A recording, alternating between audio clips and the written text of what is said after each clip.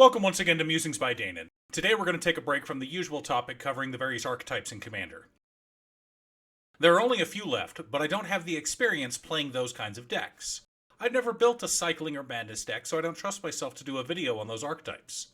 Perhaps in the future I'll return and do a video on those other archetypes after I've familiarized myself with them. But today we're going to talk about Theorycrafting. Specifically, adding interaction pieces to your deck. Interaction is a broad term that to me has three categories: protecting your stuff, blowing up your opponent's stuff, and control.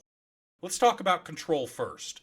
Players familiar with Magic but new to Commander most commonly think of counterspells as the end-all be-all of control. But that's not the case in Commander. You're not going to control an entire 4-player game with counterspells. The best way to control a table is through stacks effects.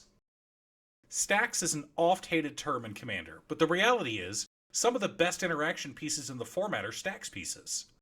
Smothering Tithe and Rhystic Study are both extremely powerful cards that tax your opponents for just playing the game, while Rest in Peace, the Immortal Sun, and Narset Parter of Veils can shut down entire archetypes. You can find stacks pieces in every color, including artifacts. I highly recommend playing at least some stacks in every Commander deck.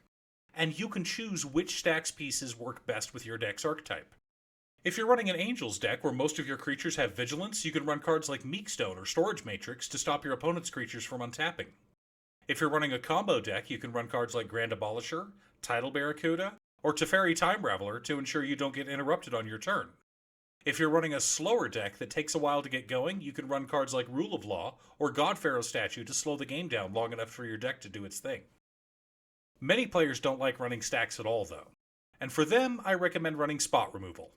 Spot Removal comes in several different categories, based on things like how many targets the spell can take out, what kind of permanents they affect, and whether the spell has ways to get around Indestructible or Hexproof. Personally, I recommend running cards from all of these categories in your deck, if possible. In an ideal world, you've got 3 to 5 ways to deal with any type of permanent. Multi-target spot removal spells like Decimate, Casualties of War, or Heliod's Intervention are great, but you feel bad using them for a single threat. You also want spot removal that doesn't care about the permanent type, like Chaos Warp, Beast Within, or Generous Gift. Oftentimes, players focus their spot removal too much on creature removal, and spend too many slots that only kill a creature. Better to run cards like Bedevil, Mortify, or Naturalize. More often than not, the big scary card on board isn't a creature, it's an artifact or an enchantment.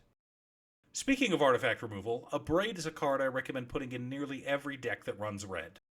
Not only can you remove annoying artifacts, it'll take out about 40% of the top 100 most common commanders according to EDH Rec. The higher you get towards CEDH, the higher that percentage becomes. Of the top tier CEDH commanders, there are very few that Abrade can't kill. Now, that's not to say you don't want to run any single target removal.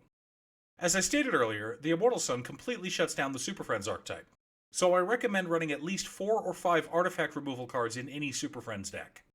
Narset Parter of Veils shuts down wheel decks, so spells that kill planeswalkers are recommended. Finally, go-wide creature decks can be ground to a halt by a Ghostly Prison or a Propaganda, so it's important to run enchantment hate in those decks. When choosing your spot removal, try to think of your deck's weakness. Don't be prideful, be honest. Ask yourself, how does your deck win? How would someone stop you from winning? Is there a card or group of cards that shut you down? What's the last card you want to see hit the battlefield? Make sure you have plenty of options to remove those cards, otherwise your games of Commander won't be that fun. Every deck has a weakness or struggles against certain archetypes. In most Commander decks, I recommend running 8 to 10 pieces of spot removal. I would ensure that at least 4 of those cards are ones that help protect your deck from its weakness. The final part of interaction that I want to discuss is protection. Some commanders like Kaalia or Muldrotha have decks entirely built around having them on board. Others, like Locust God or Cast Dissonant Mage, don't need their commanders to win the game, as they often have backup plans. If keeping your commander on board is a key part of your strategy, including ways to keep them alive is important. You can include flicker effects like Ephemerate or Ghostly Flicker. There's also ways to make them temporarily indestructible like Blacksmith's Skill, Mortal's Resolve, or Without Weakness. Black has plenty of cheap instants that return a creature from your graveyard to the battlefield if it died this turn. Eerie Interlude is a great way to protect your go-wide board from board wipes, and it's much more budget-friendly than Teferi's Protection. Boros Charm makes all your creatures indestructible, as does Heroic Intervention. And if you're feeling particularly vicious after someone else board wipes, you can cast a thrilling encore. But arguably the best way to protect your board from opposing spot removal or board wipes is through the use of counterspells. Yes, you can save a counterspell to stop an opponent from comboing off and winning the game, but if you're in the superior position and about to win, countering an opponent's blasphemous act is a great way to keep control and ensure victory. While I don't suggest running a ton of counterspells unless you're in CEDH territory, having a few in your deck, usually about 3 to 5, can help turn the tables at the right time. And even if you're not in blue, you have options like Rebuff the Wicked, Veil of Summer, or Tybalt's Trickery to help protect you and your board. All of us love playing Commander, and most of us agree that it's the best way to enjoy Magic the Gathering. We all want our deck to do the thing. Spellslinger wants to combo off, Boros wants to smash face, and Mill's got a mill. Having the right interaction in your deck can help you enjoy the game longer. Otherwise, you're going to be trying to set up your combo with your artifact deck and staring down my energy flux and hating life. Thanks for tuning in. Once again, a huge shout out to my editor Cute Stuff. I couldn't make these videos without her. If you'd like to hire her to edit your own videos, there's a link to her Fiverr page below.